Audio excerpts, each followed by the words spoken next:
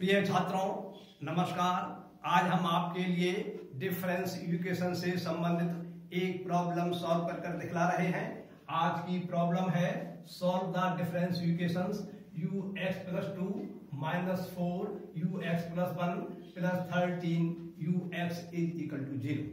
आपको ये equation solve करनी है, तो इसको सॉल्व करने के लिए सबसे पहले हमने लिखा given difference equations ux + 2 - 4 ux + 1 + 13 ux = 0। इस प्रकार से हमने ये लिख लिया। अब ये हमारी जो डिफरेंस इक्वेशन दी गई है वो लीनियर है, होमोजीनियस है, विथ कांस्टेंट कोएफिशिएंट्स है। इसको सॉल्व करने के लिए सबसे पहले हम इसकी ऑक्सिलरी इक्वेशंस निकालेंगे। तो इसकी ऑक्सिलरी इक्वेशंस में प्राप्त होती है m² - 4m + 13 = 0। अब इस हम इक्वेशंस को सॉल्व करेंगे, अर्थात कहने का मतलब यह है हम m की वैल्यू निकालेंगे, या दूसरे शब्दों में कहें कि हम इस इक्वेशंस के रूट्स निकालेंगे। जब हम इस इक्वेशंस के रूट्स निकालेंगे तो या तो फैक्टर करके निकालेंगे या और किसी विधि से निकालेंगे। तो LHS में जो आपको व्यंजक दिया हुआ है उसके फैक्टर्स नहीं होंगे। इसलिए इसको सॉल्व करने के लिए हम श्रीधराचार्य का सूत्र लगाएंगे। जैसा कि आप जानते हैं, श्रीधराचार्य का सूत्र होता है -b ± √b² - 4ac/2a। यहां पर आपका a का काम 1 कर रहा है, b का काम -4 कर रहा है और c का काम जो है +13 कर रहा है। तो हम m की वैल्यू निकालने के लिए जब इस फार्मूले में a, b, c की वैल्यू लगाएंगे तब हमें रिजल्ट प्राप्त होगा m = bracket -4 plus minus under root -4 का होल स्क्वायर -4 × 1 × 13/2a। इस प्रकार से जब आप RHS को सॉल्व करेंगे तो आपको m की वैल्यू प्राप्त होगी 2 ± 3 आयोटा, और इसको आप कह सकते हैं, आपको रूट्स प्राप्त होंगे इसके m = 2 + 3 आयोटा और m = 2 - 3 आयोटा।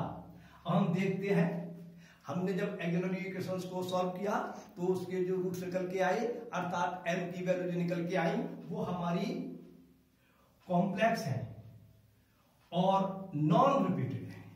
जब हमारी ऑक्सिलरी इक्वेशंस की रूट्स या m की वैल्यू जो कहिए वो नॉन रिपीटेड कॉम्प्लेक्स होती है, तो उसके आंसर्स को हम 3 प्रकार से लिख सकते हैं। पहला प्रकार होता है, अगर मान लीजिए आपके ऑक्सिलरी इक्वेशंस के रूट्स नॉन रिपीटेड कॉम्प्लेक्स है, तो आपका मान लीजिए एक अल्फा प्लस आयोटा बीटा है और एक अल्फा माइनस आयोटा बीटा है।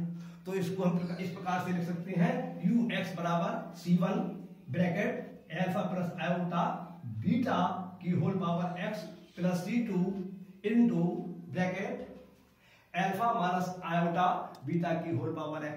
या तो आप इस प्रकार से लिख दीजिए, या आप इस प्रकार से लिख सकते हैं ux = c1 रो की power x cos x theta plus c2। या आप इस प्रकार से लिख दीजिए ux = रो की power x bracket c1 cos x theta plus c2 sin x theta, where rho = under root alpha square plus beta square and theta = tan inverse beta बटे alpha. तो हमने इस इक्वेशंस के जो हमारी ऑक्सिलरी इक्वेशंस थी उसके roots non repeated complex numbers में आए हैं, इसलिए हम इसके आंसर्स को आपको तीनों प्रकार से लिख के दिखला रहे हैं। एग्जाम में आप किसी एक प्रकार से लिखेंगे, क्लियर, लेकिन जानकारी आपको होना चाहिए। तो हम जब इस प्रकार से आंसर लिखा तो हमें now the solution of the given difference equations, जब हम इस प्रकार से लिखेंगे तो हमें प्राप्त होगा अल्फा c1 2 + 3 आयोटा का whole power x plus c2 into 2 - 3 iota की होल पावर x। जब हम इस प्रकार से लिखेंगे तो हमें रूट प्राप्त होगा ux = c1 रो की power x cos x theta plus c2, और इस प्रकार से लिखेंगे तो हमारे लिए रूट्स प्राप्त होंगे इसके ux = रो की power x bracket c1 cos x theta plus c2 sin x theta. ये भी आंसर सही है, ये भी आंसर सही है और ये भी आंसर सही है। जब आप आंसर को इस प्रकार से लिखेंगे, या इस प्रकार से लिखेंगे तो आपको अंत में ये और लिखना पड़ेगा, where rho is equal to √2 का स्क्वायर प्लस 3 का स्क्वायर, क्योंकि √ alpha square plus beta square होता है। अल्फा का काम यहाँ पर 2 कर रहा है और बीटा का कार्य जो 3 कर रहा है। तो आपको रो की वैल्यू प्राप्त होती है √13 और थीटा बराबर लिखेंगे आप tan इनवर्स 3/2, क्योंकि बीटा का काम 3 कर रहा है और अल्फा का काम जो है 2 कर रहा है।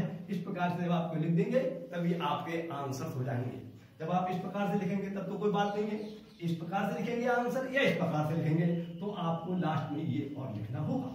इस प्रकार से ये प्रॉब्लम सॉल्व हो जाती है। मैं अपनी बात समाप्त करता हूँ। नमस्कार, धन्यवाद।